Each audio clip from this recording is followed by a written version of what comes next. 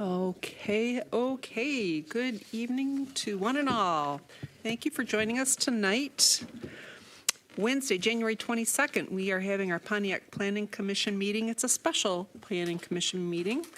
And I would like to introduce to you the people who are here in the room with us. To my far left is Corey Christensen. He's our senior planner. Beside him, Mark Yandrick, who's our planning manager. Here on the dais on my left is Commissioner Michael McGinnis, who is going to tell us a story with his English accent shortly. Tim Shepard, another commissioner here on my left. To my far right coming in is Commissioner Christopher Northcross. Sue Sinclair, another commissioner here on my right.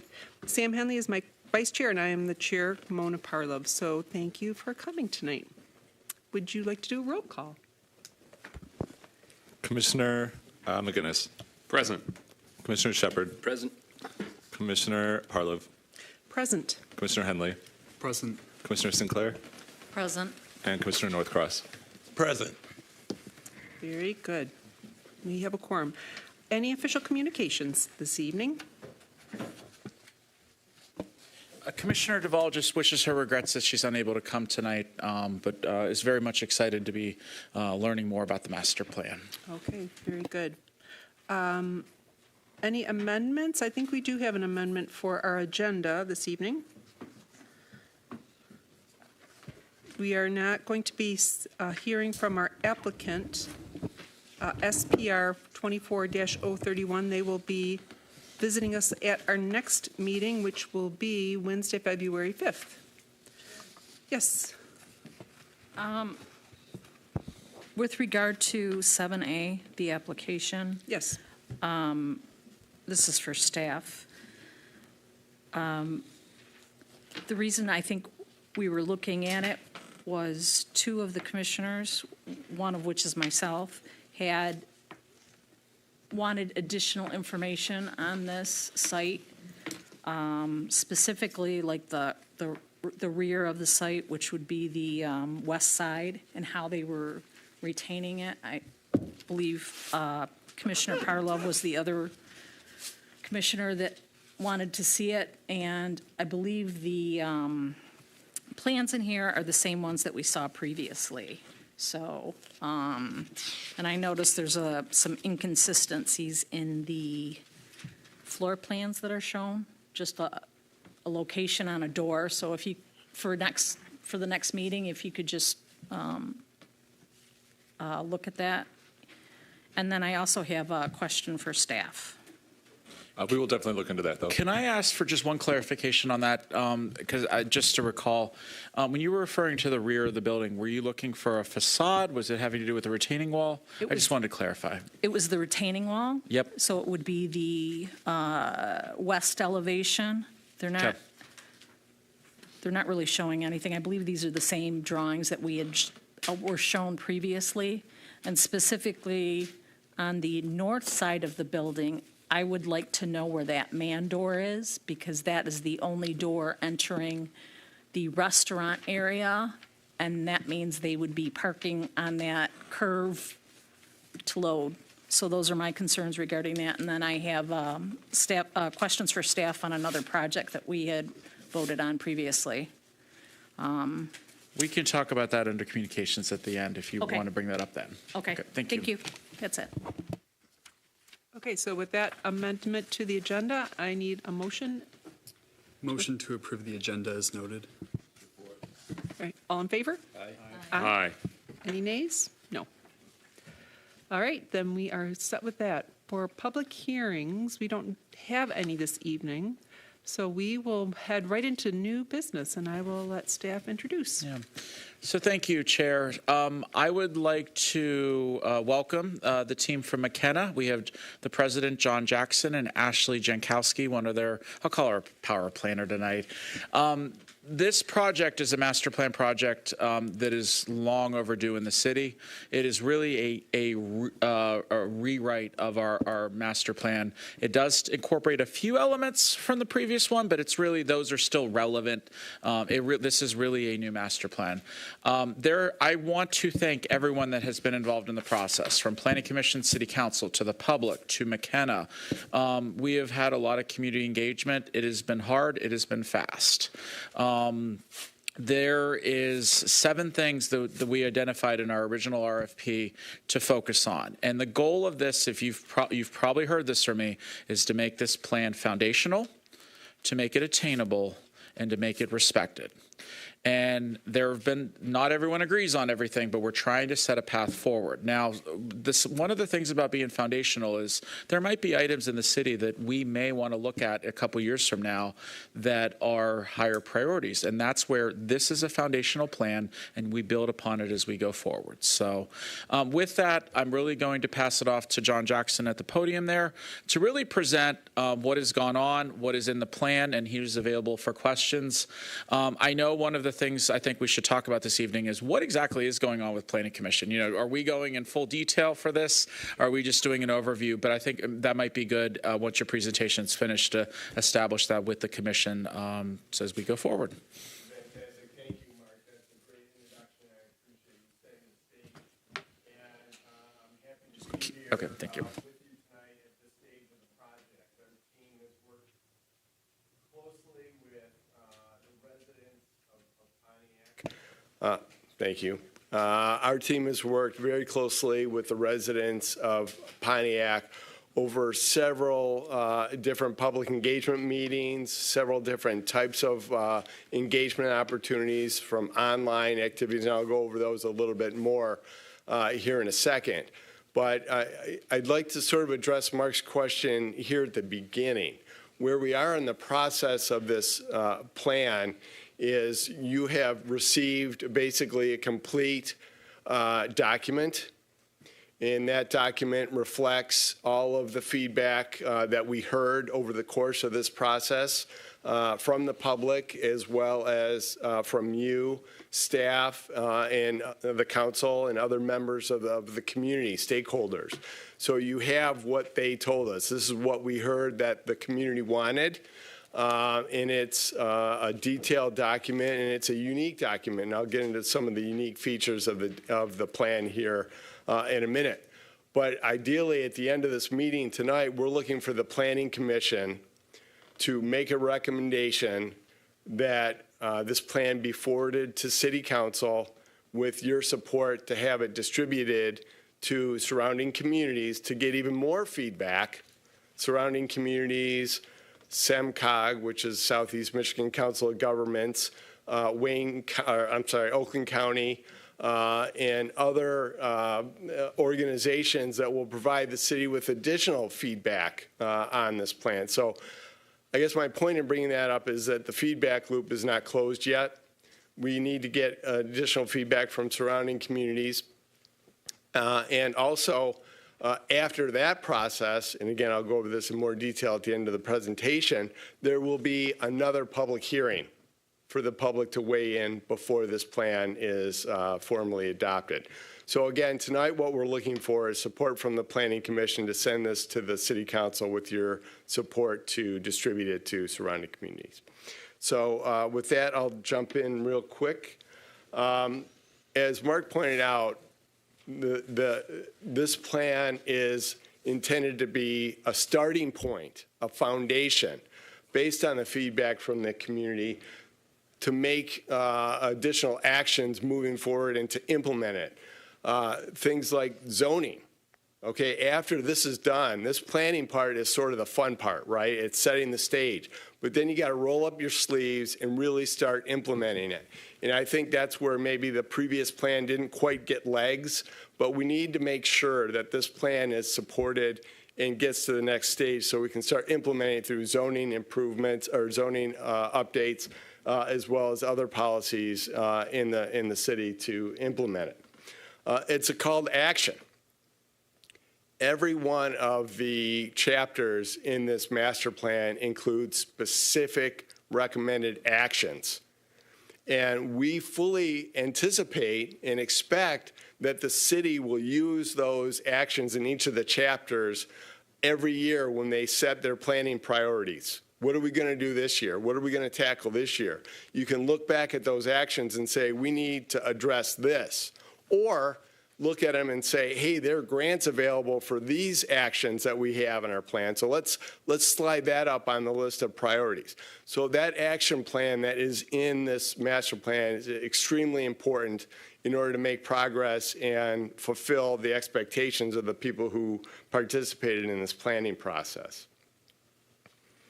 So the plan is broken into 7 different areas.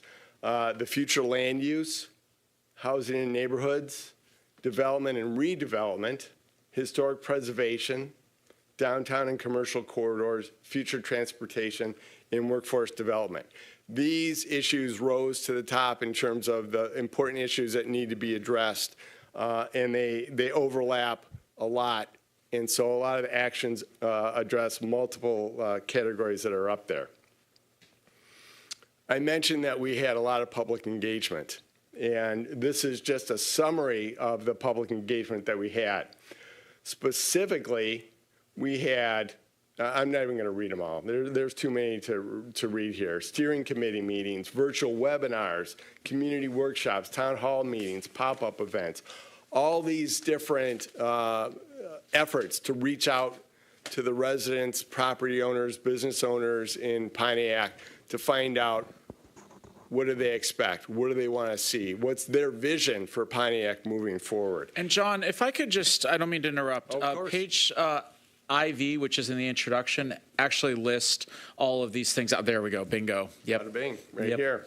So again, I'm not going to read them all, but we felt it was so important that these public engagement activities are the basis for this plan. We put it right in the plan, in the acknowledgments, more or less, because we wanted to acknowledge all the public engagement that happened, and also make sure that it was clear that we heard what came out of this, and that's what formed the plan. And that's not all. All of these events, all the people that came out, made the effort to come out and share their hopes and their aspirations, all that's been included in this plan. As Mark pointed out, some people might feel like not everything that they wanted to see is in the plan, but it's a cumulative effort. And so we want to make sure that they feel their voices were heard. So the Vision Pontiac vision statement, again, I'm not going to read it right here, but it's extremely important. This is the shared vision for the city moving forward.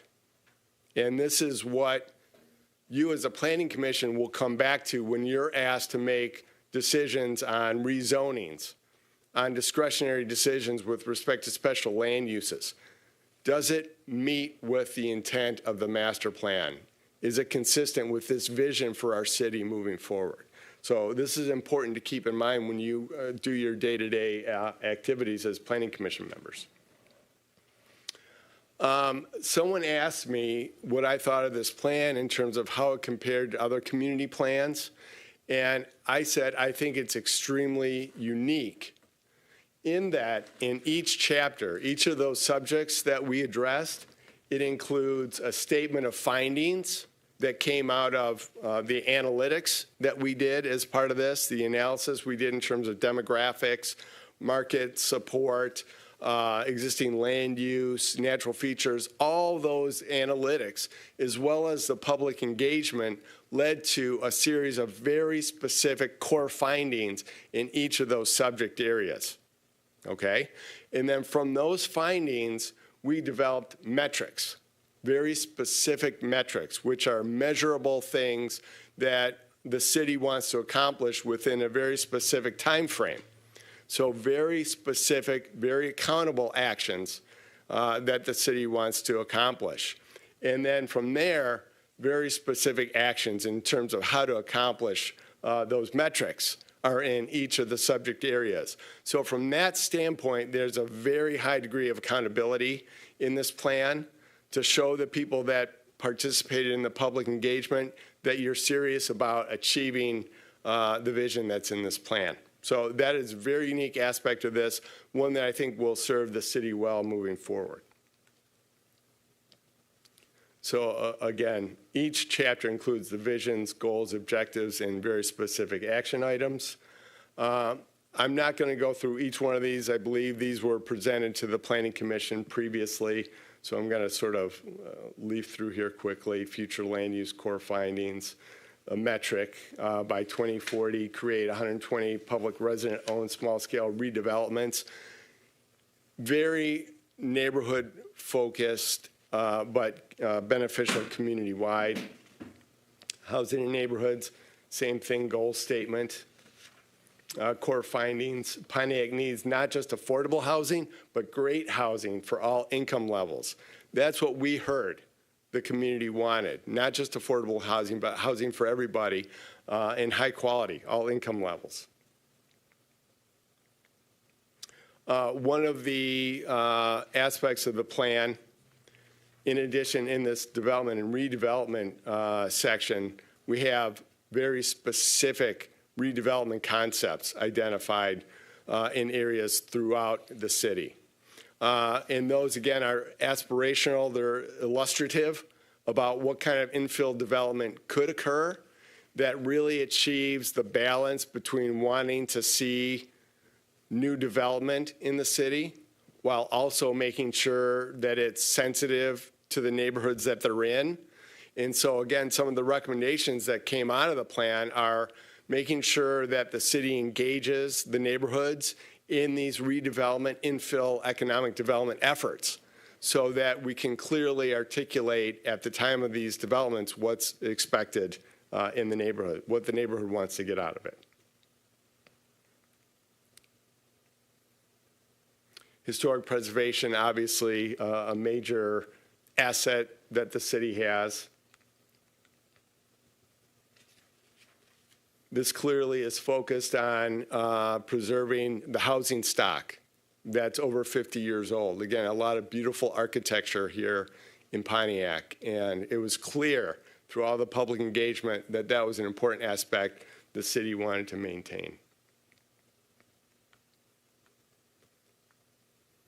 I'm sorry, I'm really flying through this. One other thing I want to point out that may be new in this version of the plan that you haven't seen before are the recommended prototypes for road improvements, again, at specific sections, specific roads throughout the city, so that when the city does look at its capital improvement plan, I mentioned how important the zoning was to implement the master plan. Capital improvement plan is right up there at the top as well.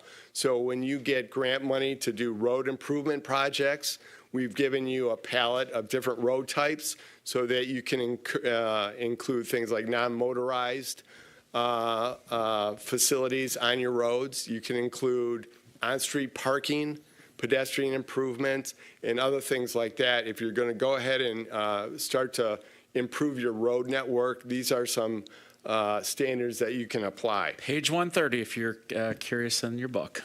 Thank you. There you go. Workforce development, again, not all of these plan recommendations are physical. We talk a lot about land use, roads, redevelopment, things like that.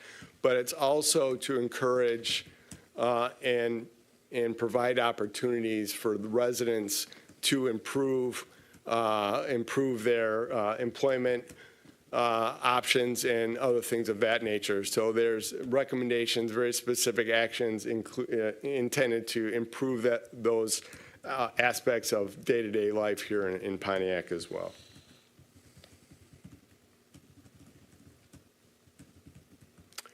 I wanted to put some maps up here. We have them up here in person over here as well.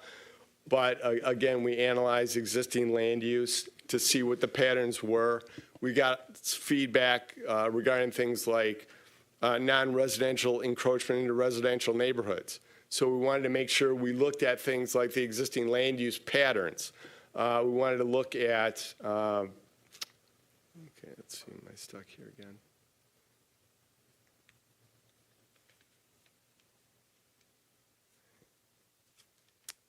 The zoning map. to identify where there might be opportunities for modifying the zoning in order to, again, align with the desires of the city in terms of the future land use plan. One of the specific things that is in your document in the plan is the zoning plan. And again, that sets the stage as a springboard to the next step in this process, which will be updating the zoning ordinance. You might see new zoning districts come up in order to implement some of the concepts that we have here, the mixed-use redevelopment concepts, or it may be modifications to your existing zoning districts. It may be a combination of the two. Okay, so next steps, real quick. Planning Commission meeting today, as I mentioned, is required by the Plan Enabling Act so that you have a chance to look at the plan and make a recommendation to council for them to release it for review. And there's a 63-day review period. We're hoping that that goes to council at their meeting on the 4th. That'll start the 63-day review process. And as I mentioned, that includes surrounding communities, regional planning agencies, and other utility and service providers that directly impact Pontiac. Once that 63-day review period is over, then we will work with you to collect those comments. People, those agencies will submit their comments. We'll assemble them and present them to the Planning Commission for you to review. We'll go over them with staff too, and sort of identify which of those elements, recommend which of those comments should be included in the plan, are consistent with the direction the plan is going in, and that sort of thing. And we'll make that recommendation to Planning Commission, at which time you will then have a public hearing at that point in time. So again, another opportunity for the public to come back and make sure, hold us all accountable, that we put what we heard into the plan. And after that, Planning Commission will make a recommendation to City Council for adoption. So that's it. I know you guys didn't want a presentation today. You guys have the full draft. So from here on out, I'm open to any kind of questions you guys have. Thank you very much for an excellent presentation, as well as a very unbelievable collection of information. And thank you for staff with your assistance in getting this together. Staff, do you have anything first before we open up questions to our commissioners? There's a plethora of information. I do not have anything for you, though. So, yeah. Okay. But we're here to, really, McKenna's here to answer any questions, but we're here to assist if anything is needed. Okay, very good. All right, well, I will start with Mr. McGinnis. Michael, do you have anything you would like to say? Thank you. Thank you for the presentation overview this evening. And now that we have this information, I'm going to work to try and distribute it, make sure a lot of community members are able to see it. I want to thank the residents who helped shape this with their feedback. And I also want to thank those that did the same thing 10 years ago. Mm-hmm. So we are overdue for this update. So I'm glad that we're getting ourselves current once more.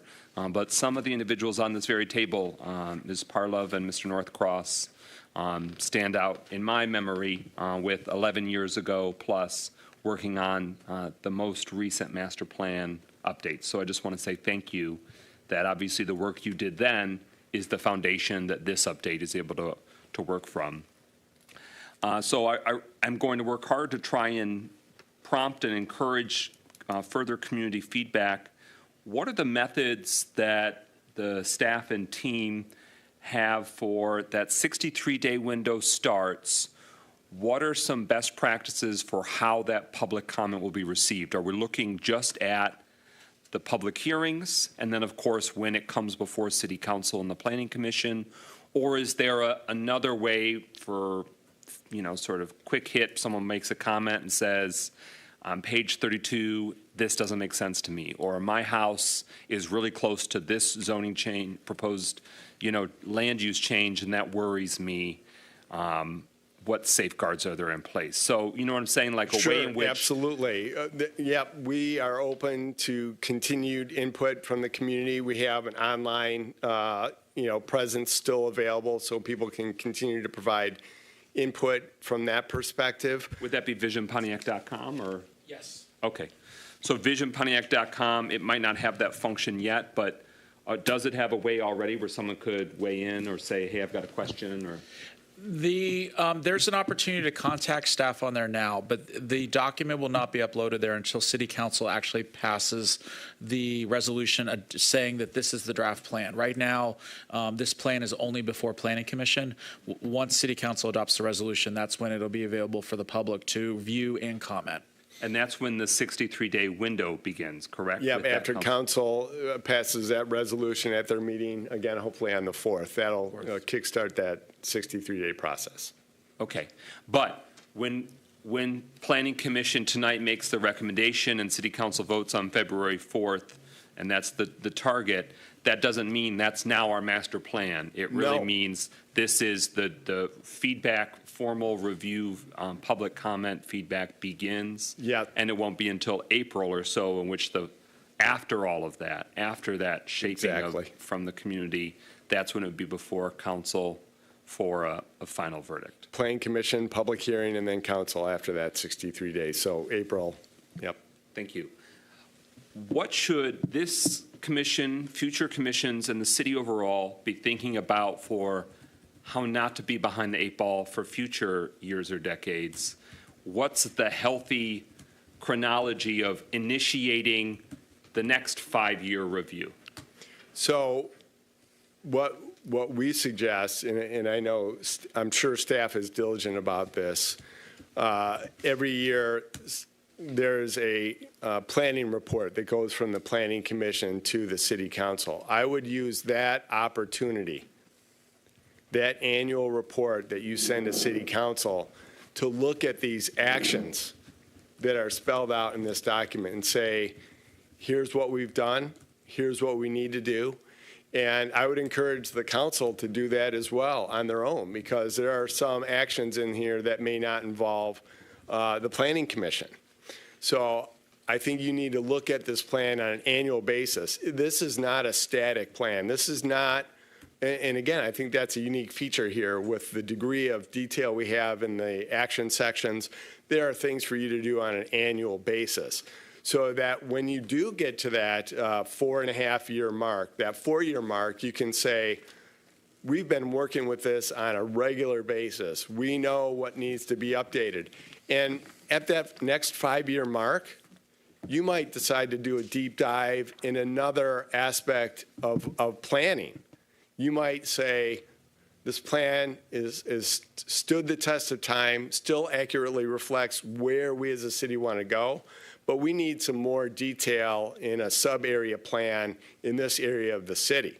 So it might not be a review of this plan, a detailed review of this plan. It might say, this plan is rock solid, and we want to look in more depth on a separate issue. But to answer your question, is to look at it every year. But to make sure it's updated before the 5 years expires, what's all in the length of this process for us? Are we looking at 18 months, 14 months, 9 months? We've been doing so much, I don't want to misquote it. How long would a thorough process for the master plan update with engagement have taken us as a city? So there's a few ways to answer that if I'm hearing you correctly. This plan of actually getting it adopted is likely to be adopted at the beginning of May, so it really has been a 10-month process. I could see us going, I don't know that we do it every year, but every 2 years I could see us going through either new plans that are adding on to this or an evaluation of the plan occurring every 2 years, and those would be anywhere from 6 to 12-month processes. Those would likely not be as comprehensive as this has been. Okay. Yeah. And That's if I fair. may, real quick, and I might be wrong, so correct me if I'm wrong, but my understanding of the Zoning Enabling Act is that the plan is supposed to be reviewed every 5 years and updated every 20. Yep. Is that correct? Well, it's supposed to be reviewed every 5 years. And so a lot of communities will, have a meeting after 5 years, and if there's no significant changes, they'll pass a motion that says, this plan is great, it still accurately reflects our objectives, and so we're reaffirming the plan. And that gets you another 5 years. But, that's what's required by the state act. The 20 years is more of a planning horizon, but you need to review it every 5 years. But I guess what I'm saying with respect to the 1 year. We don't have to wait for the 5 years. No, you don't. You don't. But it could be as simple as, telling the planning commission, okay, let's look at this in January of the fourth year. So a few months before the anniversary of the adoption, and look at it and come to the next planning commission meeting with any comments or observations that you have with respect to, and obviously working closely with staff, determine if it's a simple review and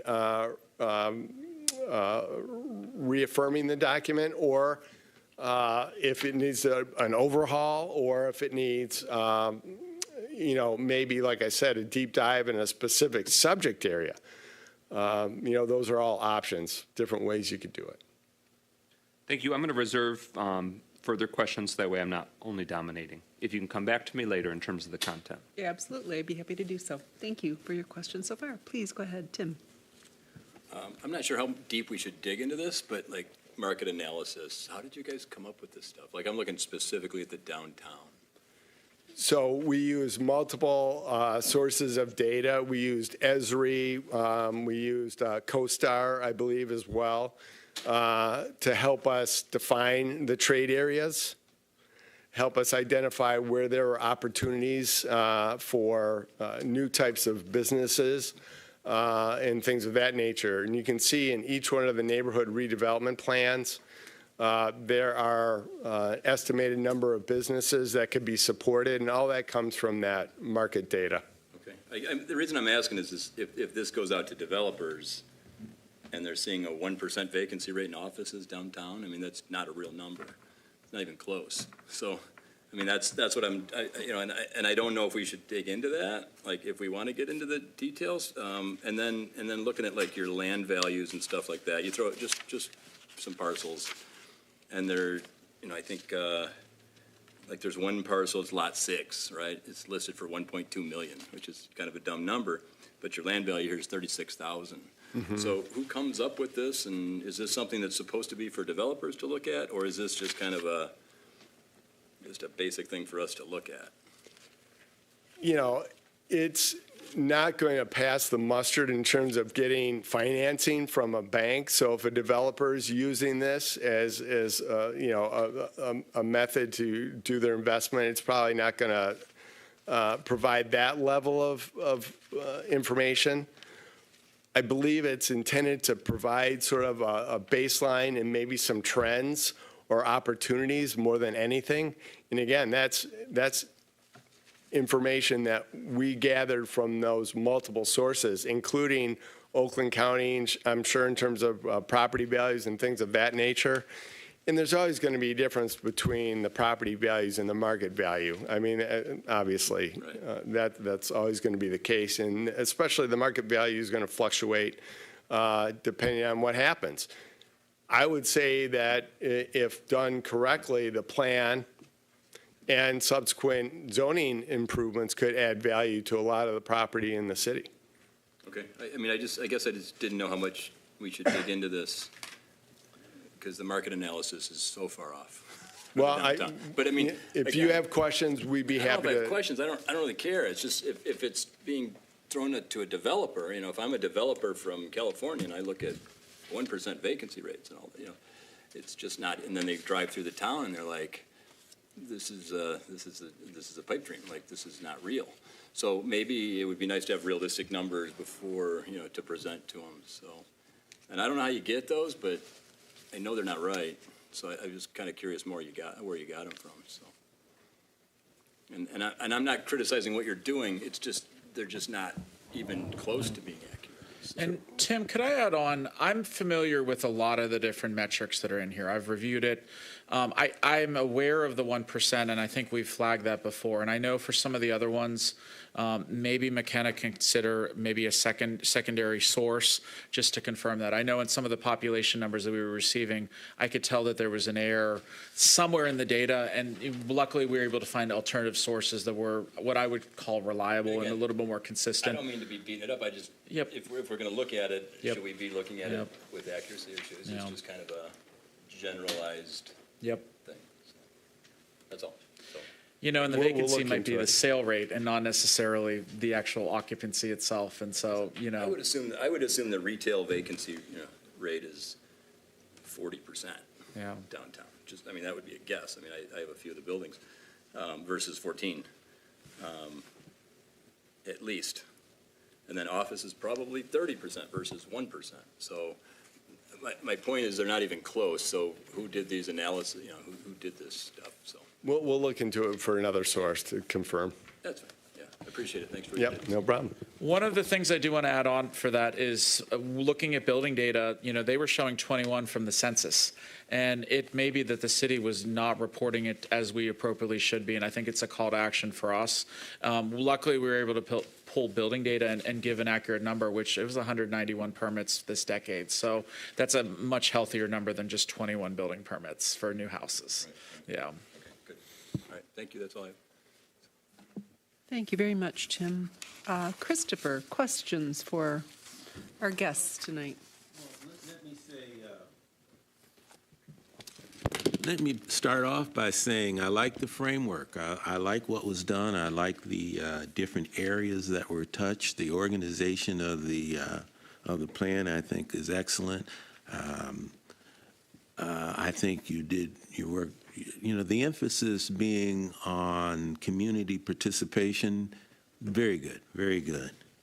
I do, as I was just going through it, I've only gotten through it really, once skimming, another time trying to prepare to read it in total, and I'll probably be reading it in total, reading it in detail here as the days go on. But one thing that did stand out was the absence of the mention of the Pontiac Promise Zone. The Promise Zone was started originally 2010 as an economic tool for the development of Pontiac, as well as a way of improving the educational level in Pontiac. And it's since grown. I mean, it's providing well over $1 million worth of scholarships to students who live in the city of Pontiac and graduate from, who live in the school district of the city of Pontiac and graduate from a high school in the school district of Pontiac, and then decide to go on to further their education after high school at an institution within Michigan. And the Pontiac Promise Zone right now offers a promise of up to $50,000 in tuition for that tuition assistance. And when I was looking at the neighborhood development piece, and I was also looking at the workforce development piece, I thought that the omission of the Pontiac Promise Zone is something that we really need to add in. Okay. And I would think that would be also a selling point for many realtors, For sure. if I'm wrong, as they try and market housing here in Pontiac. Absolutely. And I'm not sure of the interplay that happened with our educational facility down the street and some of the other educational facilities that were within Pontiac, but I get the feeling there's a lot more that we could do there. But certainly, hopefully, they will provide some comments and direction during that 63-day period. And I would think the parents and the folks who vote, the board members, would make sure that these educational institutions do provide some comment and feedback on this master plan, because I think there's a lot of opportunities. I mean, just for one, as we were looking at workforce development, I was just thinking Well, we have like 92, I think your number was 92% of the people who work in Pontiac don't live in Pontiac. And at the same time, we're trying to develop housing.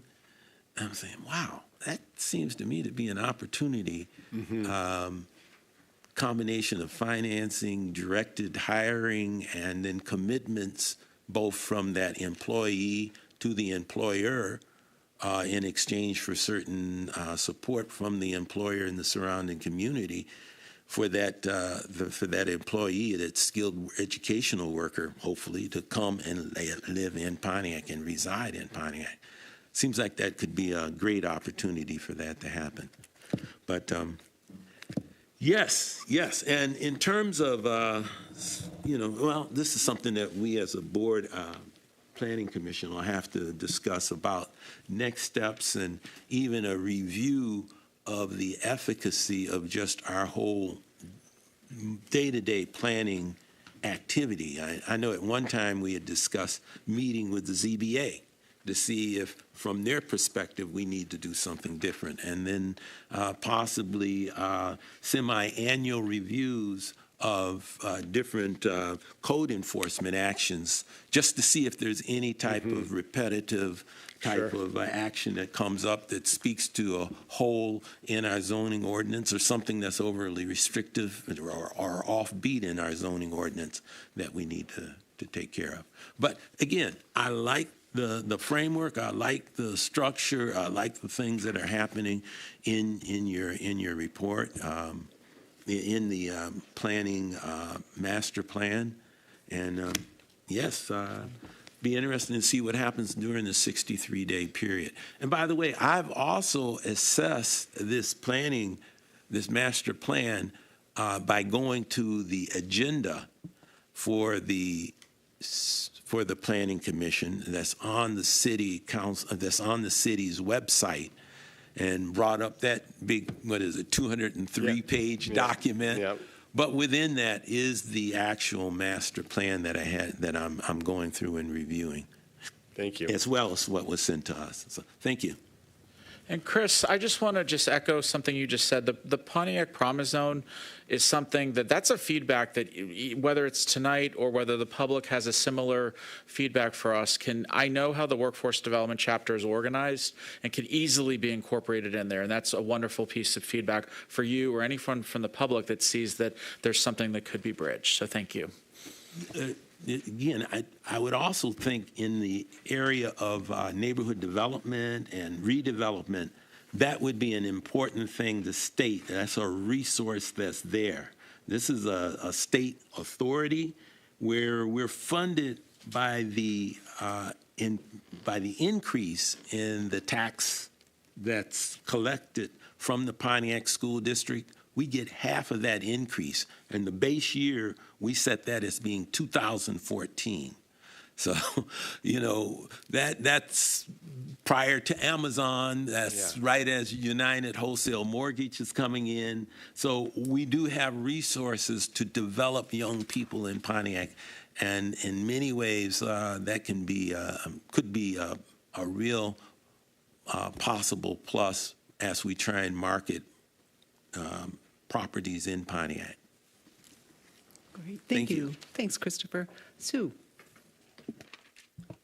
Couple general statements and then a specific question. One thing that I've noticed with regard to like our main corridors and our intended or projected use, specifically the Huron corridor, I would say between Telegraph and State Street or Williams. We have as a proposed use like a CO or a C1. And what I've noticed is a lot of the buildings along Huron are homes. And now they were businesses, and now they're being reverted back to residential. And I'm sure it's because of the need and, they get more bang for their buck renting it out as a home. That's one thing. And My other kind of statement is when I look at our zoning map over here, I see swaths of yellow and pink and gray. But really, it's more like a polka dot. How are we going to, this is probably more for staff, how are we going to catch up with properties that are improperly zoned? I know a while ago I was sending properties to you, Mark, but there's so many, really more like residential, which is either if it's R1, R2, things like that. And again, back with the Huron corridor, I noticed that on the south side of the Huron corridor between Johnson and Chippewa, south of that is all, not including the hospital, and Seminole may be questionable. That is all a historic district. That is primarily, there's only one building in there that isn't. That's a dentist office. And those are all residential homes that are actually in the historic district. And in the abstract for the historic district, it says to be used for residential, single-family residential only. So how does that, we're talking, I have the plat map for it, and it was platted in 1916. How does that affect zoning today? And that is a historic district. Just, that was a specific question, so. Okay, sure. And that's definitely something so in this master plan, it talks a lot about the importance of historic preservation. So again, when we get to the next step after the plan is adopted, I think you need to take a good look at your zoning ordinance and make sure it aligns with those priorities and those policies. So for instance, you'd want to make sure that area, that historic area, the zoning reflects the characteristics that you're trying to preserve. And you don't put some provisions in there that somehow encouraged deviation from those historic characteristics, encouraged, tear downs. That's the most, abominable thing you could imagine. But, I've seen communities that, that inadvertently do that, have done that, and they get the wrong effect. So they have to go back and adjust their zoning. So I think what you do is you need to make sure you look at the zoning and make sure it aligns with the characteristics of that neighborhood that you want to preserve. I think that's the easy answer to that question for sure. And there are other communities that have taken more innovative approaches. For instance, I know one community that had large historic homes that could no longer, they couldn't afford to maintain them. So they loosened up the standards with respect to two families living in a historic home to help provide a source of income to preserve those houses. They broadened it to include bed and breakfasts, other sort of adaptive reuses of those beautiful structures to provide the revenue and the income to make sure that they could be sustainably preserved. So there's a lot of different things you can do with the zoning that is consistent with the desire to preserve those beautiful homes. Thank you. Can I ask a few things? So Sue, you had mentioned the abstract was for residential for the historic district. Was that, am I citing that correctly from a few minutes ago? Yes. And what abstract is that? I have it. I have it at home. Is it from when the historic district was established? No, when it was platted, when it was first built. Like an original covenant almost? Yes. Okay. Yeah, and, we're obviously, this may not apply to Seminole Hills, but, there's a lot of commercial buildings in historic districts, that sort of thing. But that may go to the original covenants of that subdivision. Go It's ahead. just that in that area, we have probably, I think, 15, 20 houses, and Huron is typically a corridor that is, we've had pedestrian accidents, vehicular accidents. MDOT wanted to come in and do, take away a lane. We've got so many driveways along there. It's just it's a weird combination of things, and it's just how to improve it. So one of the things that I think you mentioned, and I wanted to clarify, is that when you look at the zoning map, that is prescribed for these are the uses you can do on this property. Here are the setbacks. But when you look at the future land use map, and I'm going to specifically talk about the pinks and purples. The pink is the neighborhood mixed use. The purple is the corridor mixed use.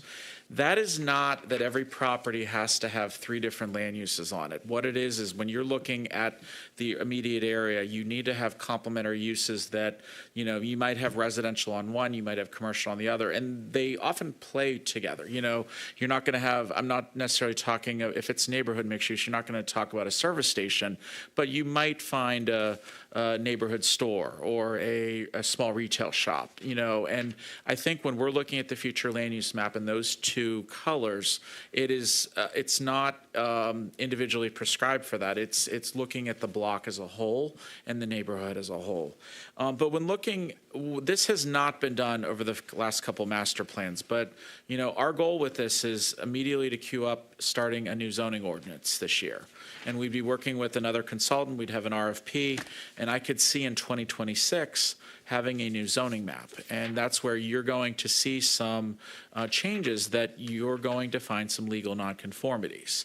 If XYZ business is in a certain location, there's things about it that are legally non-conforming that would have to continue. But if they're going to change the use or if it remains vacant, it really is an opportunity to downzone.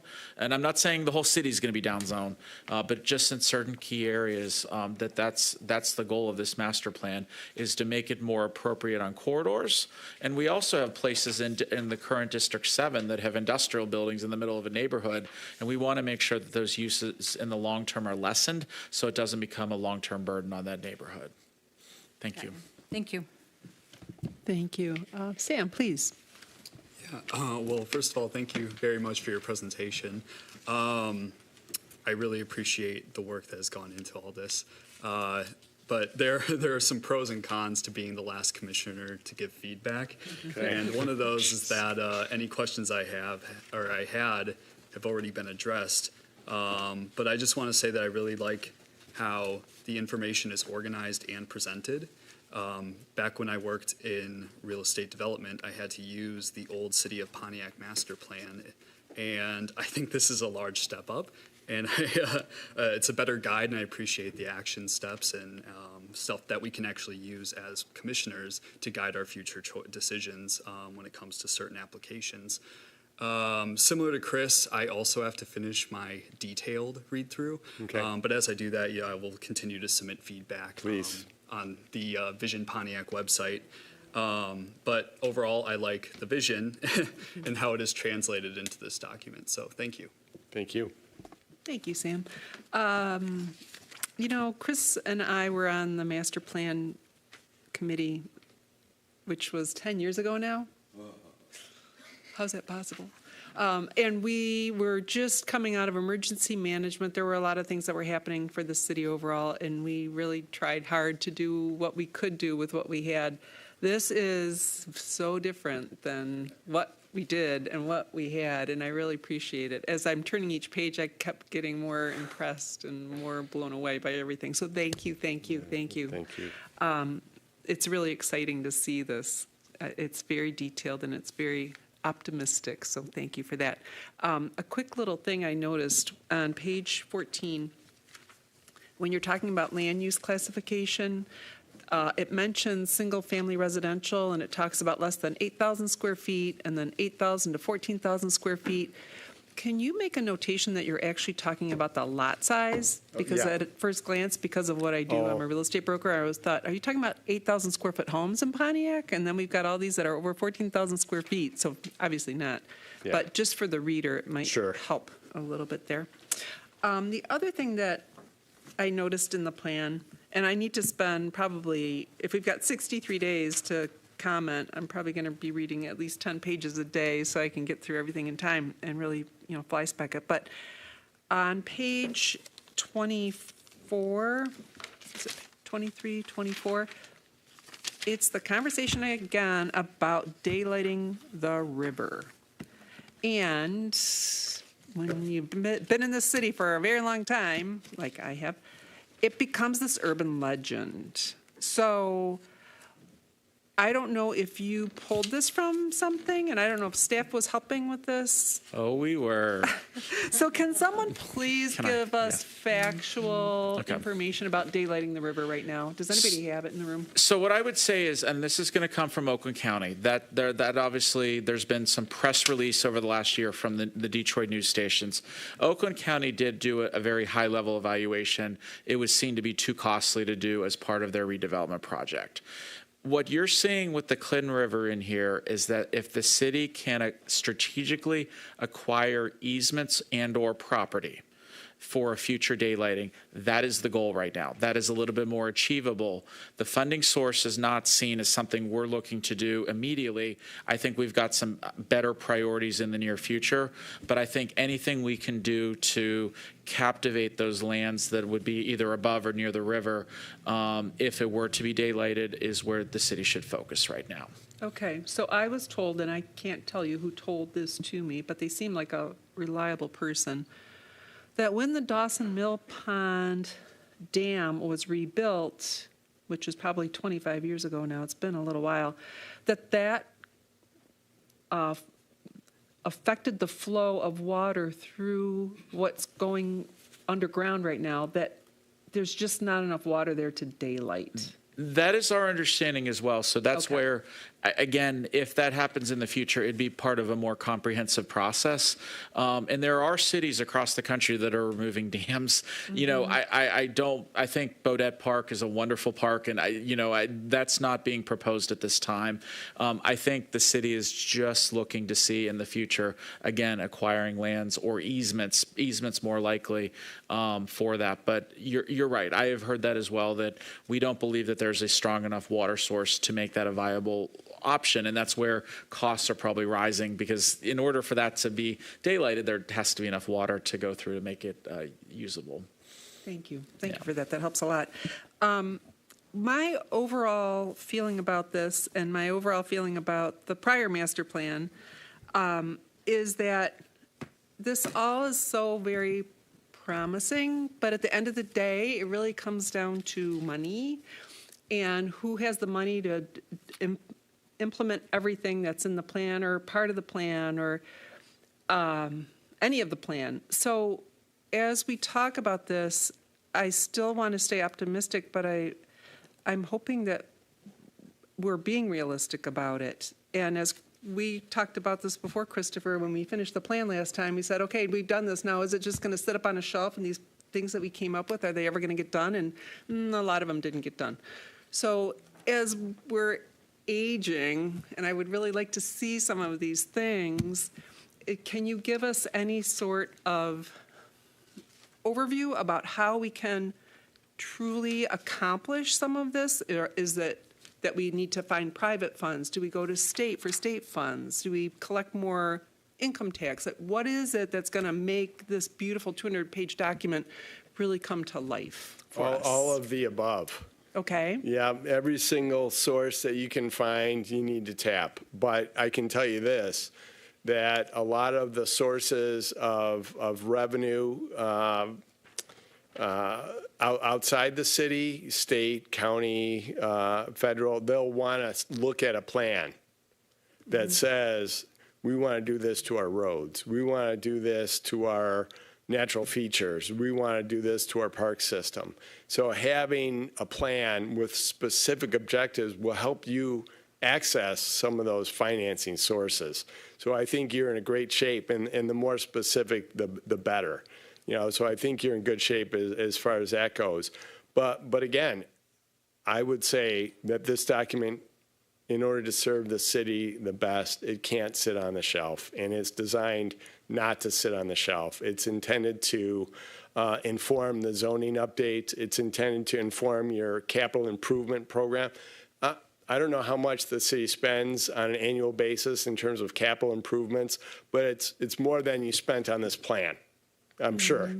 And so I think that will help inform your capital improvement plans and leverage the investment that the city's making to align with this plan, get pedestrian improvements, crosswalk improvements, mobility improvements. So there's so many different ways that this plan can really get you the most bang for your buck if you keep it right in front and reference it as you're making those decisions as a city.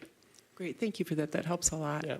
Thank you. You're welcome. Again, a very beautiful plan so far. Thank you. All right. What would you like, Christopher? Go ahead. I just want to throw in a thought. You jogged my memory.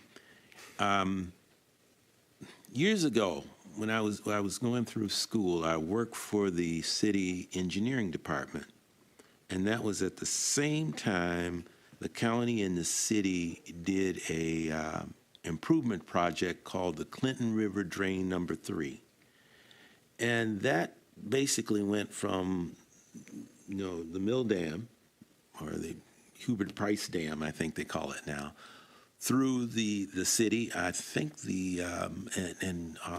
it improved just the water flow. And there were also thoughts about Crystal Lake becoming a swimmable lake. Some thoughts that there would be that along with this improvement, the water flow and some of the other groundwater things might allow Crystal Lake to actually become a swimmable lake. I don't know that it's not right now. I don't know anybody does regular testing of the water. It did result in some redevelopment along the areas of Esther Street and over by Hayes Jones and some of those houses that used to flood regularly, that with the Clinton River drain. So, daylighting may be one thing, but just looking back over some of those plans and some of the changes that have occurred might also open up some other opportunities that we've been overlooking for development and also providing some amenities for the residents. So, Excellent. yeah, Clinton River Drain Number 3. Great, thank you. All right, now I turn to staff. What would you like from us? I mean, John, really, it's just a motion. Is that correct? That's right. That's all we need. And it's a simple motion. We don't have that up here, but I mean, do you want to maybe give them a sample motion? Sure. I think the motion should say that the Planning Commission, we've reviewed the plan and recommend that the City Council consider it for distribution pursuant to the State Planning and Enabling Act. I like that motion. Would someone like to make that motion? Anybody? Sure. Please. We hereby affirm that the Planning Commission has reviewed the draft of the Vision Pontiac Master Plan and recommend starting the 63-day public comment period With City Council. to City Council. Thank you. Does that sound good? I'll support that. All right, great. I'm ready for a vote. Commissioner McGinnis. I still had a lot more discussion, but, Oh, so I will pass. Well, since we made the motion, can we do a discussion at this point? Can we do a discussion? Can we pause the motion? Once there's a second, yeah, you can do the deliberate. discussion. All right, well, let's deliberate. Thank you. I'm sorry. I thought we were going to keep deliberating. So what's the right point for suggested edits or changes to be made? It wouldn't be tonight because this is being recommended for next round, or next phase.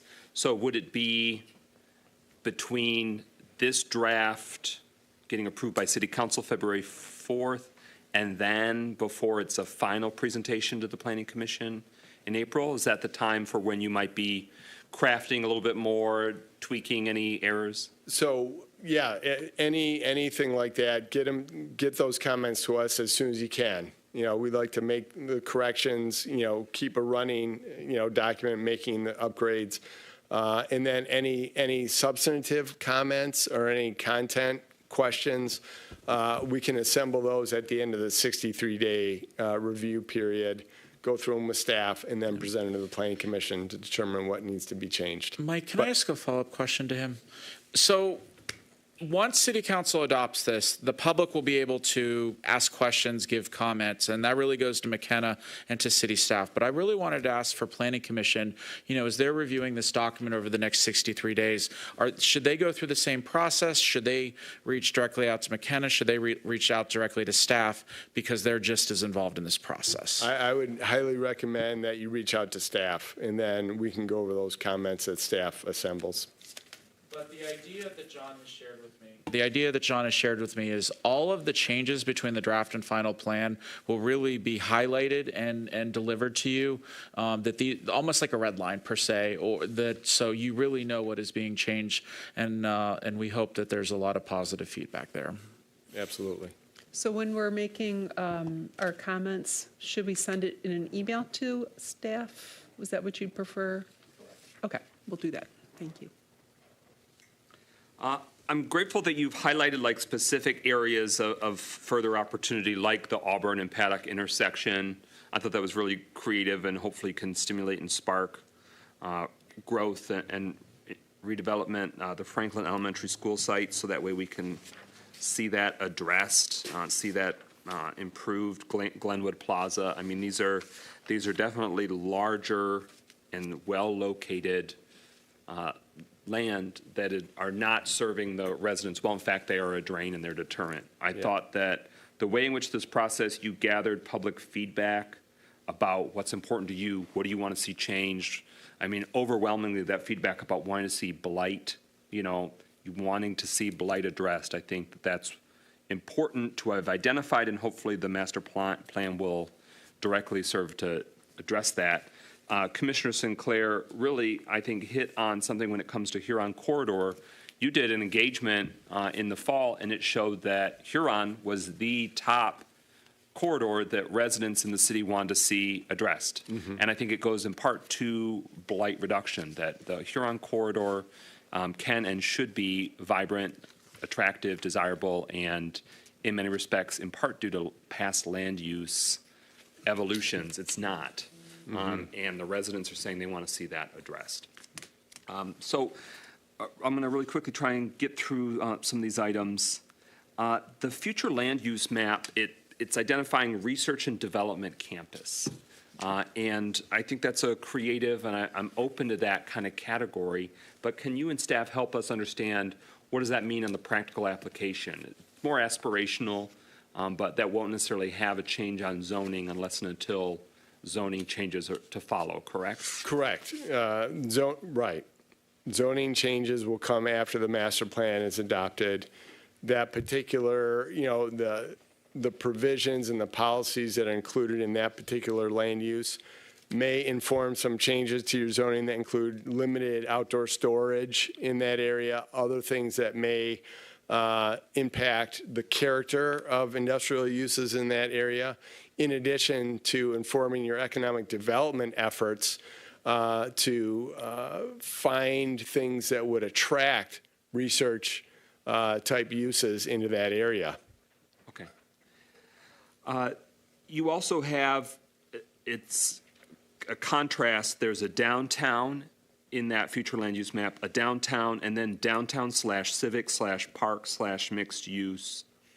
What's the merit or thought process of, rather than it just being downtown, to have that delineation? So essentially where Oakland County will be relocating offices and the park will be established in downtown, and with the building that we're in right now, it would become more of the downtown civic park mixed use.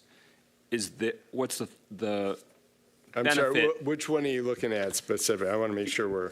Future land use map. Yeah, and it's the teal green area. And John, I would love to, if I can, answer this question, because Sure. I think this is really the city that has given McKenna this direction. Okay. What's on that green map is really civic spaces and public spaces, both from the county, the city, the library, the hospital, the courthouse, and parking lots. And this is page 17. Yeah, and what I would say is our downtown land use, we have an existing downtown when you look at the buildings on Saginaw and you have an existing framework there. But there is really a redevelopment opportunity with what is in that kind of teal green area of that civic park land use. And so our vision with this is actually creating an overlay district that it's not you're going to replicate the existing downtown with new development, but we're trying to engage that development would have a mix of parks and parking and maybe some street front buildings. And, we're trying to incentivize. I know the Housing Commission is interested potentially in a redevelopment in one of those sites, and I think it just gives us the flexibility if there's a future overlay district to be able to work with the Planning Commission, with City Council to get those development approvals, but also give that idea to any future developer that's working within that area. I am receptive to that. At the bottom, though, sort of the tip of the teardrop, reverse teardrop inside the soon-to-be semi-deceased Woodward Loop. So there's a two little purple dots, aka downtown. Why those little outliers versus that also being the downtown civic park mixed use? You know what I'm saying? There's also, Yep. I see that it looks like it hops up and it adds teal, which makes sense to where the current district courthouse stands on the northeast corner of Saginaw and Huron, but I just want to, You're talking right down here at this point right here. There's a little purple. a little bit of purple. Downtown note. Yeah.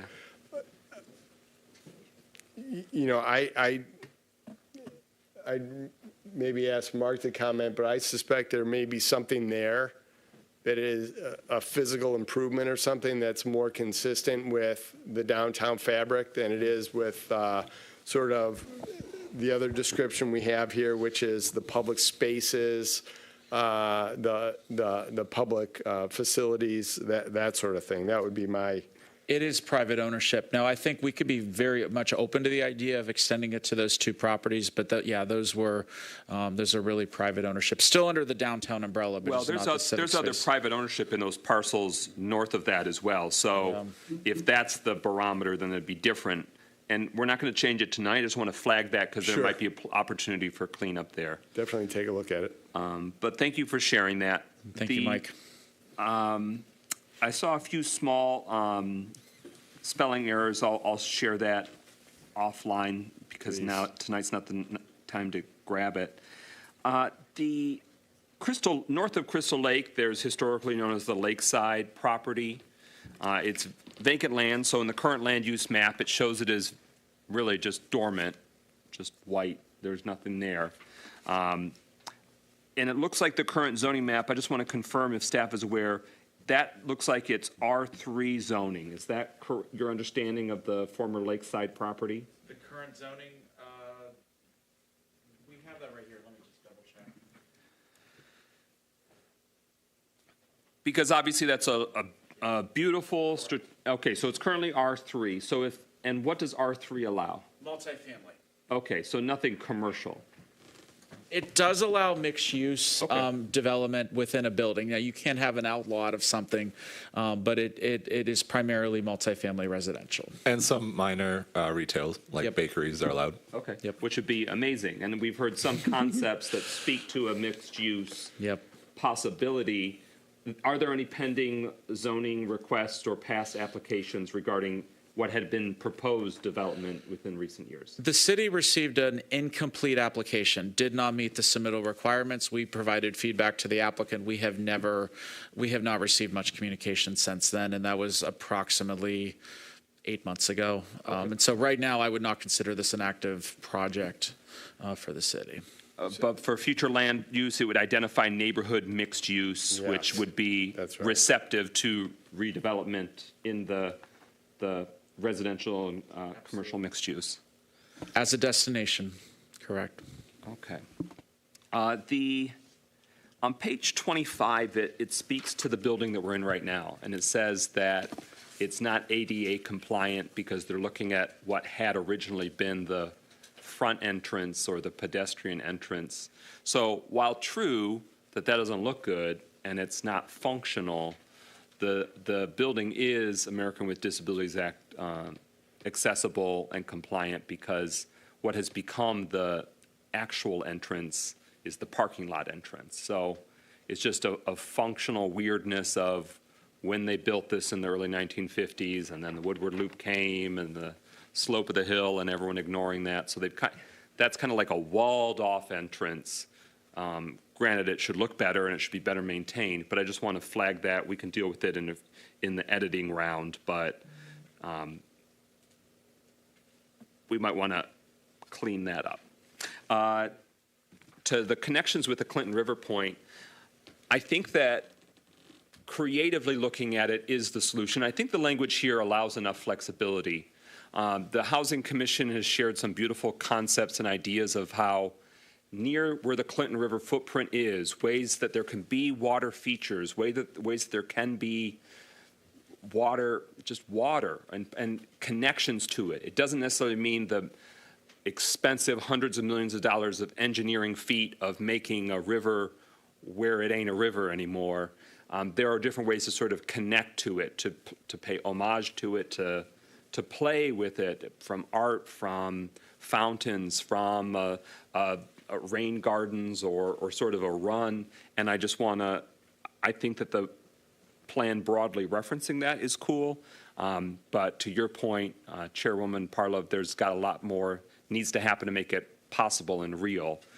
So maybe we want to add another sentence or two about that in terms of creative ways and adaptive ways that opportunity, those opportunities can be leaded into. And this is saying it in the downtown section. I'm not sure if the plan needs to spell it out, but there are some wonderful ways that we as a community can do that outside of the downtown. We have a Bowen Senior Center at Bagley Street, and the river is open there. And City Council, before amended the budget, the administration didn't do it, but where it could be trimmed back, tended back, there could be public seating, there could truly be a riverside amenity, a public feature that makes the senior center more of a destination.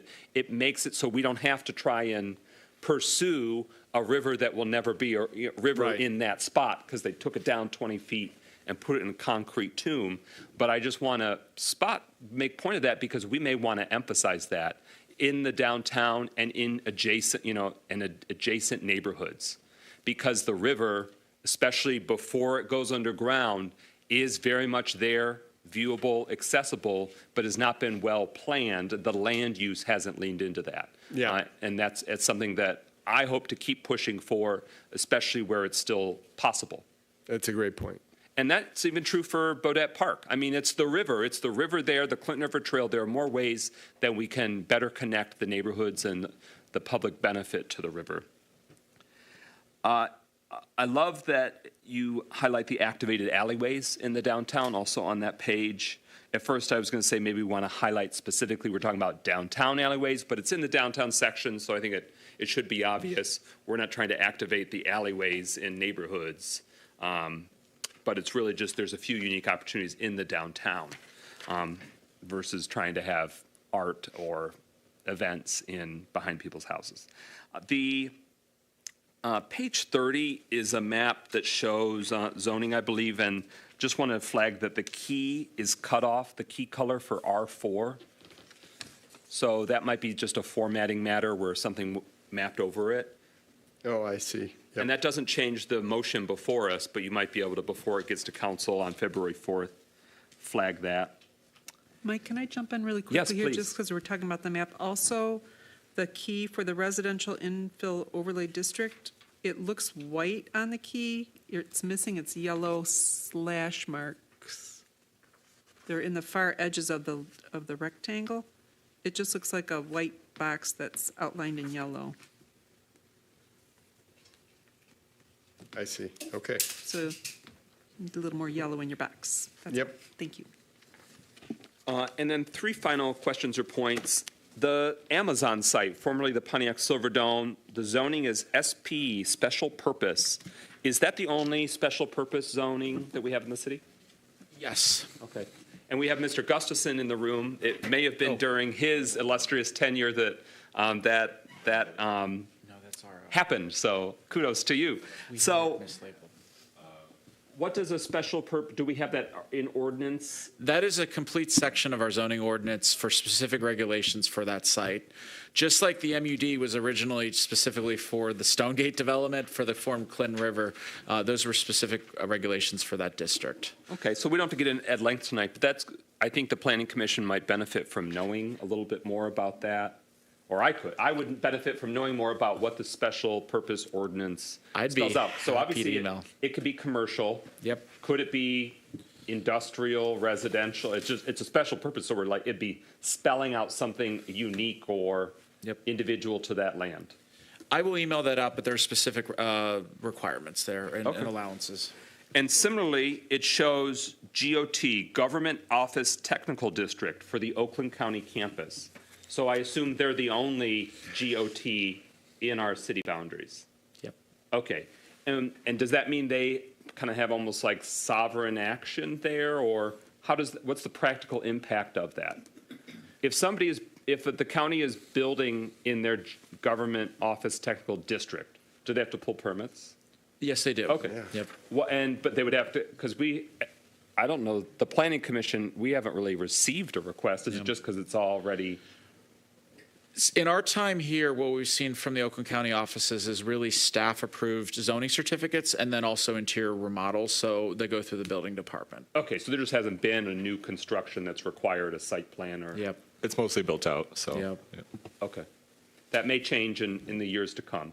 Yeah. So that would not likely apply to a future city, or would we be seeing a potential rezoning request for the footprint of Oakland County in downtown? Well, as part of the future land use and the future zoning ordinance, we may look at keeping the same zoning districts. We may look at reevaluating the best way. Now, a new zoning map would need to align with the future land use plan, but it doesn't necessarily have to be its own special purpose. It doesn't have to be the GOT, the Government Office and Technology District. And as a community, we'll be coming up with is the most appropriate districts to regulate. Had they been that zoning for a long time? It's okay. It predates you, I imagine. So the oldest zoning map I've seen here is from 2006, and I've seen that district on there since then, I believe.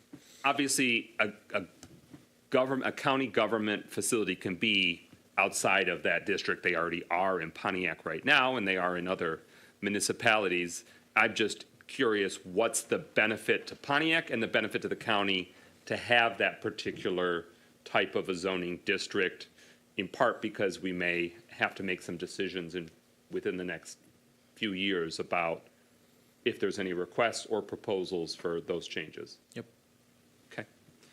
And then finally, I just want to emphasize for the community on page 46, this was referenced, and we know it to be true, but over 20% of our homes in Pontiac were built in 1939 or earlier. And that applies for my house, and I love it, and I'm grateful for it. But 75% of our homes in our city were built before 1980, which is also not coincidentally the high water mark for General Motors and their employment numbers in the city of Pontiac. But so in the last 45 years, only 25% of our total housing stock has been built, which is, for most communities in Oakland County, it would look very different than that, probably entirely reversed, if not more dramatic. So that's our big challenge and our big opportunity about us being a historic and built out and early built out community, and the challenges that has for housing stock, but then also evolving and trying to keep our neighborhoods healthy and whole. But that's enough for me at this time. Thank you for the opportunity to ask those questions. Oh, you're welcome, and I apologize. I did not mean to override you, overlook you. You're always important. Thank you. All right, are we ready for our vote? Can I make a comment? Oh, sure. I think it's more of a comment, but this is a roadmap, correct? Yep. So this is not, we're going to put a new building on the corner because magic makes it happen. I mean, this is a roadmap for developers to look at, companies to look at, governments to look at.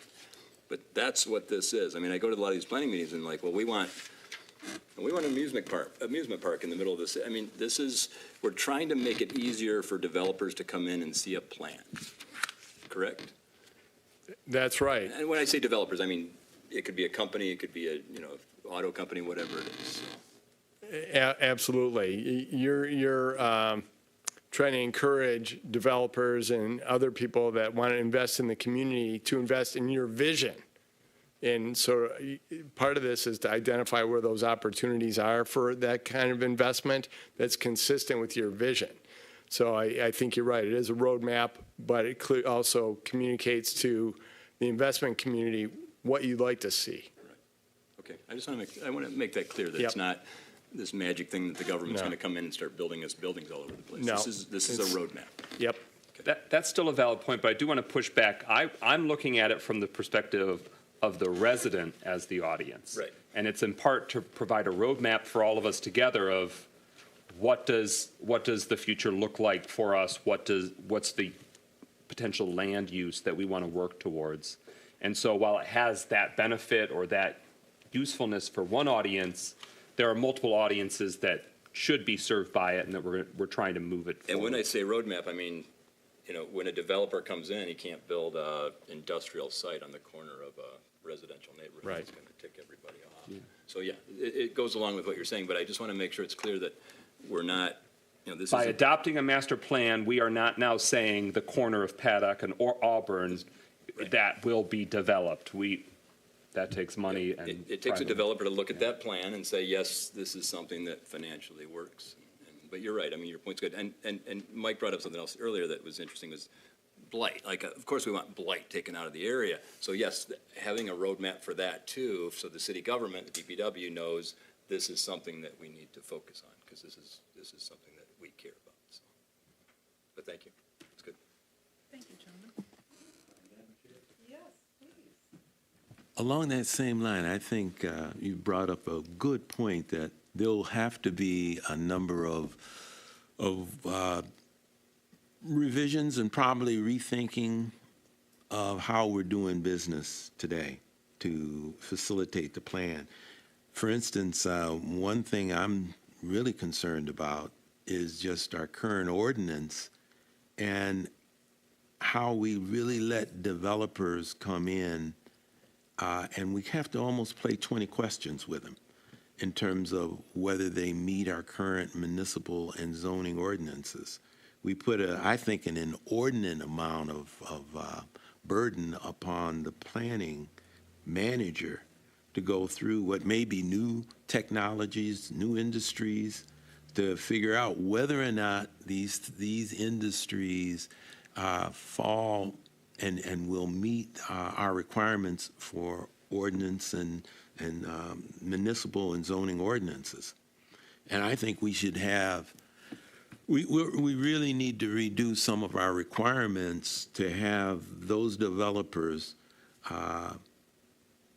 basically speak to the ordinances that we have in place about how they meet those ordinances, will not violate those ordinances. I'm thinking about M1 and the lack of communication that happened there. I think M1's a great project in terms of concept, but as we got into some of the execution and things where we had some ordinances that I'm not sure M1 was even aware of that we're now having to deal with, I think we need to make sure we're having the developer really own his proposal and own it in a way where they can show compliance, or at least things they've put into their design to ensure that they comply with our current ordinances, and do that up front. Do that up front. I think that would help the developer understand his cost, potential cost, and at the same time, residents be able to embrace these different projects as they come in and support them. So I see that. I think we're really talking about not only the master plan, but then some changes that we need to do in terms of our ordinance and the way that we do business to support implementation of the master plan in the future. Yeah. Thank you for those thoughts, Christopher. Sue, I don't want to shut anybody down who may have another thought. Is there anything else you wanted to say? Sam, all good? All right, can we vote? All right, thank you. Commissioner McGinnis. Yes. Commissioner Northcross. Yes to recommend. Commissioner Shepard. Yes to recommend. Commissioner Sinclair. Yes to recommend. Commissioner Henley. Yes to recommend. Commissioner Parlov. Yes to recommend. Congratulations. Thank you very much. Thank you and, for all your help so far. Thank you, and I'll pass that along to our team, Ashley, and the rest of the team that's worked so hard on this. So thank you very much. You're welcome. And thank you to the firm for sending the big guns, the president making time for us on this chilly evening. I had one professor, and he really drove home. He said, design is an iterative process. That you get close, but you can always get a little better. Thank you. And All you right, just so keep our getting next better and better item as you go. here on our agenda is public comment. So we'll open up public comment. You'll have 3 minutes to state what your thoughts are. Please state your name and address for the record.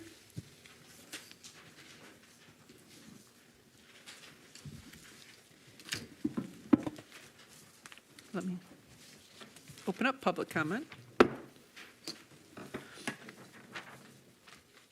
Hi there, my name is Darlene Clark Williams, 506 Nebraska.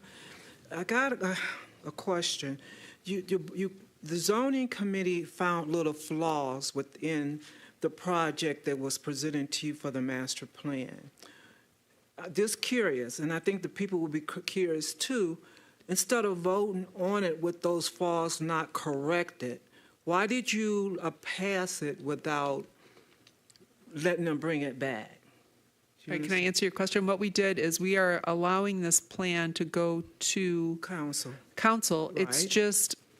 just a draft at this point. So everyone still has an opportunity to give input for the next 63 days after city council says, yes, we're going to let the public comment on this.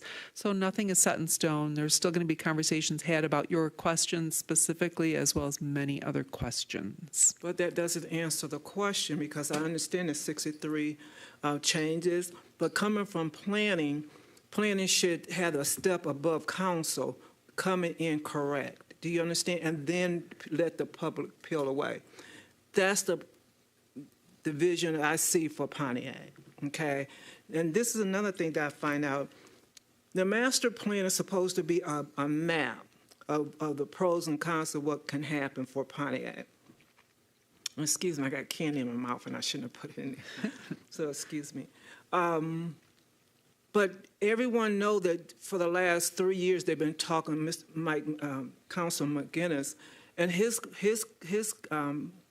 heirs has been talking about the 1200 Telegraph coming down to Pontiac, downtown Pontiac.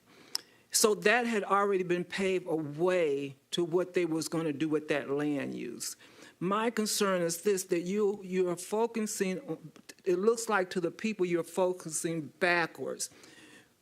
You're letting investors come in here and then bring it to planning to redo zoning. That's a big concern. So say if an investor want to come in on the lot 40 by 40, he want to put a house.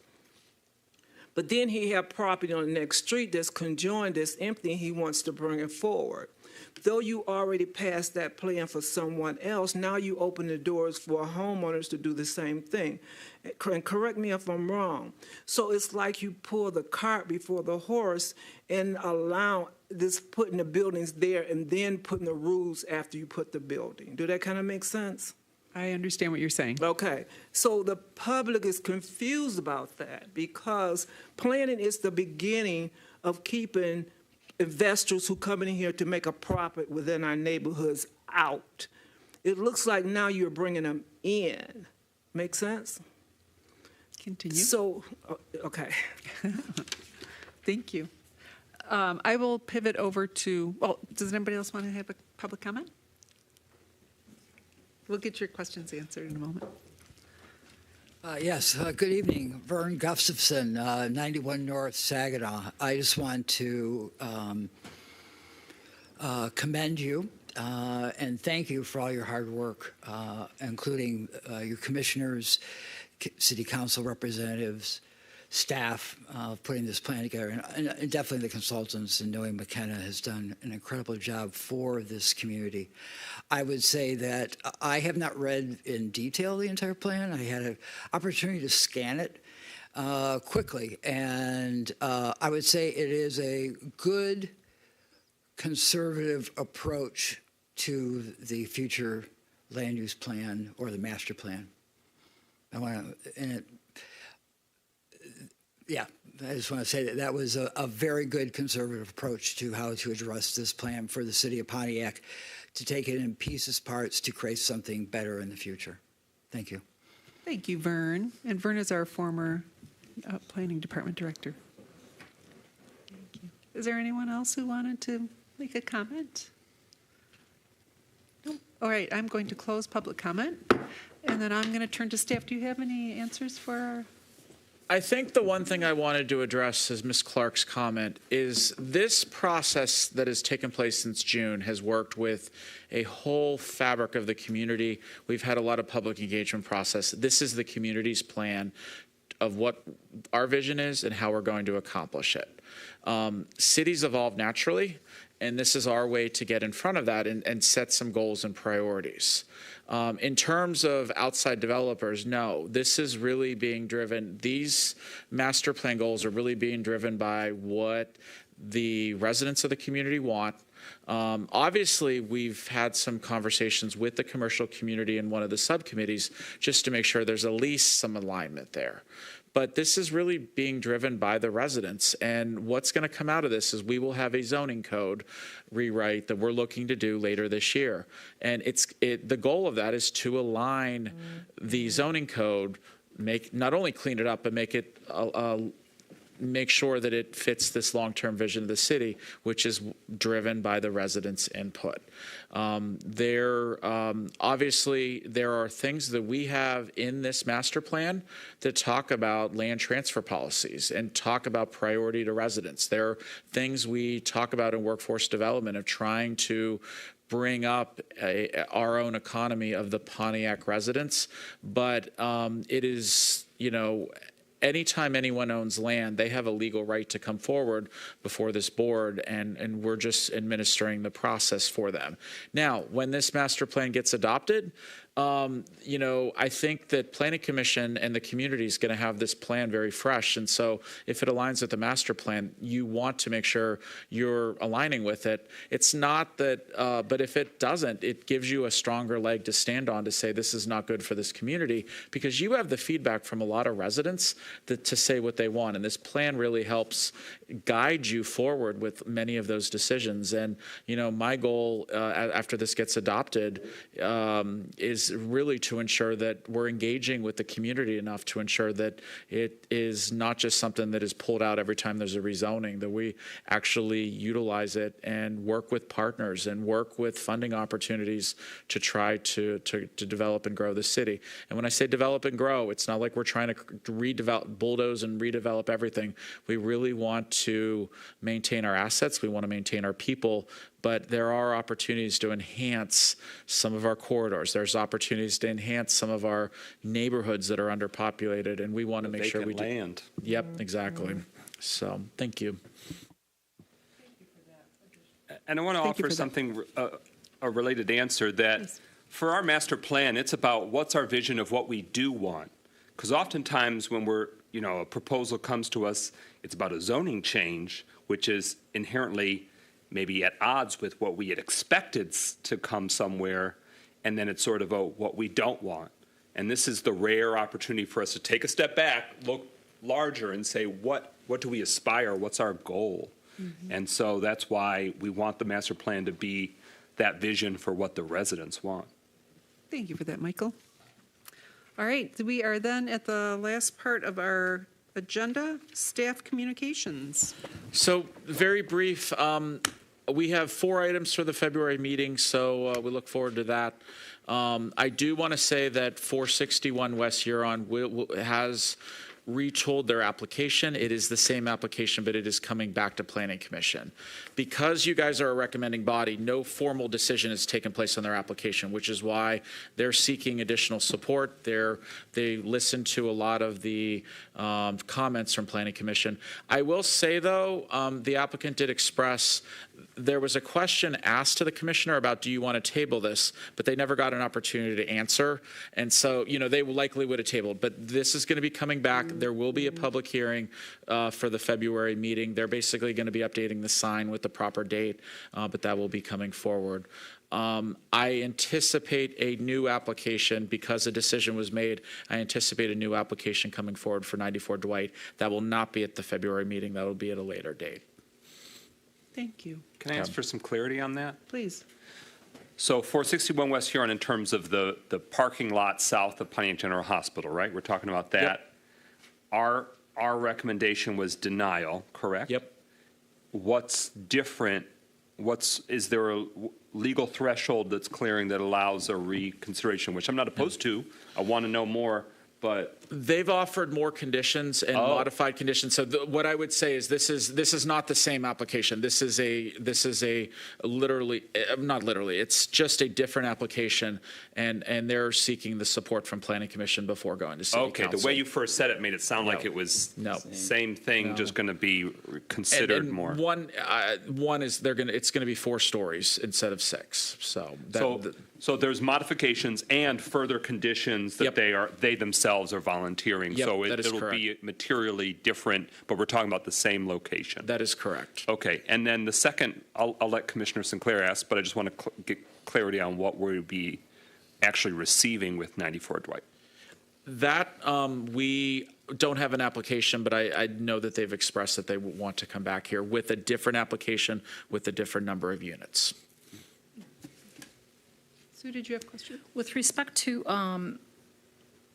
461 or whatever West Huron that we were talking about, which is, to me, is a Johnson Street property, because it was denied, isn't there a waiting period before they can reapply? Because Planning Commission is a recommending body, no decision if City Council would have denied it, that would have triggered the 180 days waiting. Okay. But even if City Council denied a 5-story application and they came back with different conditions, that is enough to trigger that they can reapply because it's a significant change in their application. So you're going to have to do another mailing with respect to that We address. have done another mailing, yes. Okay. Yep. Thank you. And I wanted to add something on a different project altogether. I don't know if now is the time to do it. I tried to get you further information on this. I reviewed the city planning, the Planning Commission meetings back on July 24th, 2024. We rezoned from R2 to R3 at 221 Baldwin, Willow Beach Properties, Sam Peleg. Yep. I thought in the conditions, now I looked in the minutes and I didn't see it, but I thought it was verbally talked about where the signage had to be removed. Meaning that said Dell Pharmacy or whatever it said. It says Dell Prescriptions. And I know that our zoning ordinance talks about if it's a obsolete business, it's no longer there, the signage has to come down. Okay. And the signage is still up. I'll send you the pictures that I took this evening. I can confirm when I last looked a few days ago, yes, the signage is. And if it does come down, and he has talked to, maybe because the Dell family had such a presence in Pontiac, maybe that signage can go to the Oakland History Center. Okay. So. Thank you for bringing that up. Staff can address that with the property owner. Okay, thank you.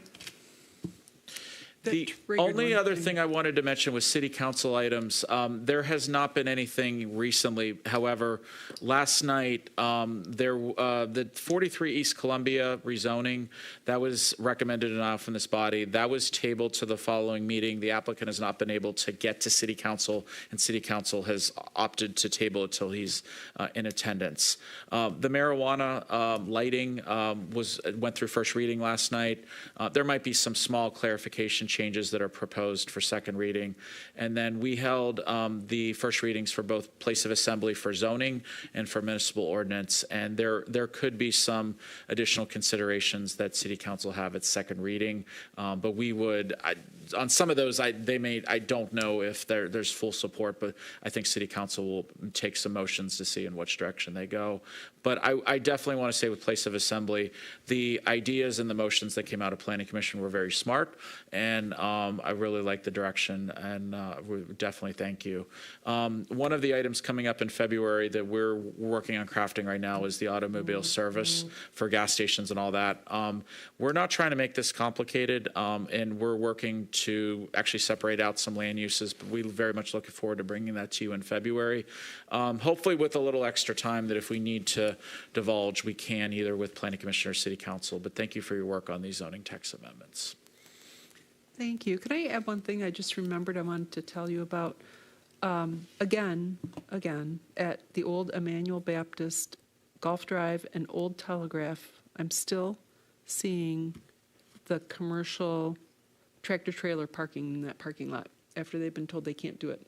That truck still shows up in that parking lot. Old Telegraph, where on Old Telegraph? Old Telegraph and Golf Drive, where they meet each other. It used to be the Emmanuel Baptist Church, and then he was trying to make it into an event space and Okay. medical office, and it still parks out there. I will keep my eyes on that. There could be a ticket with that. We go through thousands of tickets in the city a year. Yeah. But sometimes I'll take a look at that and see what we can do. Thank you. Yep. Okay. Thank you. Is there anything else? Do we have our staff? Go ahead, Mr. McGinnis. Last month when we met, Manager Yandrick asked were there any city council specific updates, and we were here very late. I think we were here till after 10, so I said for time, no. But I do want to make sure that, and I imagine most of the Planning Commission is aware, the city council was tasked with the difficult decision of how to redistrict our city council district boundaries. And the charter that was adopted by the people of Pontiac last summer went from 7 down to 6 districts with 1 at-large council person for the next and future city councils. In early January, a map was approved that creates districts 1 through 6. And so inherently, each council district would have been just over 8,000, goes up to over 10,000. So each of the districts now has to grow. And I just want to make sure that the community is aware and that the commission is aware. Doesn't impact planning and land use too much, but as residents and stakeholders in the community, that may impact you. Although I'm looking all around, and I think it didn't change anyone's, except for me, my number instead of 7 is now 6. Is the new map available already online? Yes, it can be seen at pontiac.mi.us/redistricting. And when the clerk's office is done on the back end, there will be a lot of mailing and communication, and everyone is going to have to receive a new voter card. And that'll come when the clerk's office has that prepared. But I want to make sure that the community and this commission knew that the council rendered that difficult verdict. May I ask you a question? Please refresh my memory. Why was this important that we went from 7 to 6? Well, the commission that was elected was 9 members, and I didn't follow the deliberations to know what the vote outcome was, but as part of the full charter recommendation, that was one of the reforms or changes included. One perspective, because many others, we were, apart from Flint, Michigan, Pontiac and Flint were the only cities in Michigan that elected our city council entirely by district, meaning different sides of town.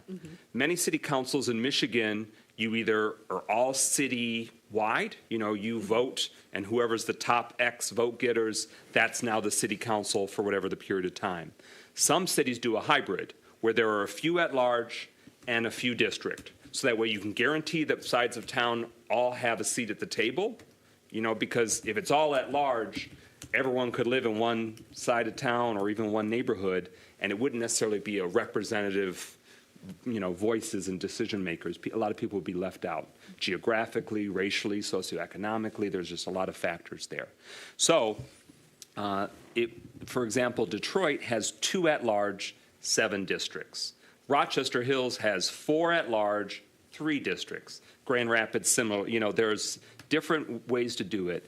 And I got the impression from what was discussed and what was shared out from the Charter Revision Commission, they wanted to start moving in the direction of having that at-large combination with the district, in part because, as residents in District 2 unfortunately have experienced, we've had council members that have passed away, serious illnesses, or life changes where they can no longer hold a position, so then there's a gap.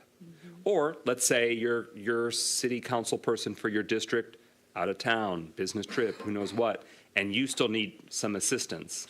That at-large person can be sort of that backfill across the city. So there could be a variety of reasons, but those were some of the sort of pros or the benefits that were identified, that it can allow for additional coverage. But it does have the real impact that every one of us Pontiac voters for the last 45 years, if you were alive and if you were voting, but for the last 4+ decades, we've only voted for one council person. That now changes. You'll be voting for an at-large council person and your district council person. So at least 2 voices on the council you'll be able to help shape and also help lobby, cajole, request. You've got perhaps a few more lines in to that decision-making body. And if you hate what they're doing, you can recall not just your district council person, you could have signed the petition or vote to recall the at-large council person. So your constitutional right to redress your grievances. So does the at-large person go on the ballot to be the at-large person, or are they the one who gets the least amount of votes? The way the charter language spelled it out, they would be running their own batch of candidates. They would be filing to run for an at-large city council seat, and someone running for a district seat would have to file. They'd have to live in and run for that district council seat. And per Michigan law, you can't run for more than one thing at once. So somebody would have to decide, is it mayor, is it at-large, or is it district that they'd be on the ballot for, and what role? Okay, and at-large needs to live in the city as well? Yes. Okay. Yes, a registered elector, meaning they have to be eligible to vote in the city, impacted city. Okay, very good. Thank you for all that. Thank you. And the new city charter, which has many other changes, is available on the city's website too. That was adopted and went into effect this last August. Very good, thank you. Anybody else? Loan of that property you're talking about is 1060 Gulf Drive. Thank you. Did you get that? 1060 Gulf Okay, is thank the you. one. You're welcome. There's a chili cook-off at the Optimist Club on February 15th. We want to make sure that's in the mix. Thank you. I didn't want to hog the whole affair, but yes, February the 15th at the VFW on Cesar Chavez, we're holding our 13th annual chili cook-off. It's a great time to come and hook up with old friends and meet some new friends and taste chili by some of the best chili masters in Oakland County. I have tickets, $15. I have tickets, and I also have applications if you'd like to enter a chili.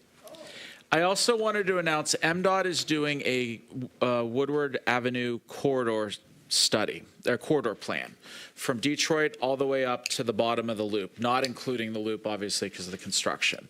There's 2 public open houses on Tuesday, February 18th, one in the afternoon, one in the evening at the Pleasant Ridge Community Center, which is right at Woodward and 696. So there are some flyers down next to the elevator downstairs, but it's a great opportunity to provide some input to MDOT about how this corridor could be utilized for this community. Very good. Go ahead, Michael. Briefly, also coming up is Thursday, February 6th. There's a literacy house coming to the east side of Pontiac. It's an organization called Brilliant Cities. They've done this, pioneered it in Detroit, where there's literally a home in the neighborhood, which is like a hub and a community gathering place where they have basically drop-in tutoring, safe space, food and nutrition. And you can see the space on Thursday afternoon, February 6th, and you can contact me if you need more details. They had an initial open house, and this is the next one. They presented at our District 7 East Side meeting, and it's really exciting. This is the first expansion outside of Detroit. It's happening here in Pontiac, and it's the former home of Commissioner Emeritus Maddie McKinney Hatchett at 135 Perkins Street. So it's directly at Neighborhood Park, which is now named Maddie McKinney Hatchett Park. So that literacy house, that literacy hub is an opportunity that hopefully if it launches well, it can be expanded so that way every side of town can have that just a powerful, beautiful beacon that can be resources and nourishment, enrichment, and just a safe space. Excellent. Thank you. Is there a time? Is that for? It's in my email, so as we're adjourning, I'll pull that up, but to be safe, we protect the city of Pontiac with multi-level login, so it's not as easy to find, but I'll get that to you momentarily. All right, very good. Anybody else? Anybody else? I do want to say happy early birthday to Commissioner Sue Sinclair. She and I are the Aquariuses in the bunch, so we're coming up on deck It's next. the age of Aquarius. Happy birthdays. Very good. Well, we are almost ready. Yes. Do you want to share after we adjourn? Yeah, that'll be fine. All right, very good. All right. May I have a motion to adjourn? So moved. Support? All in favor? Aye. Yay.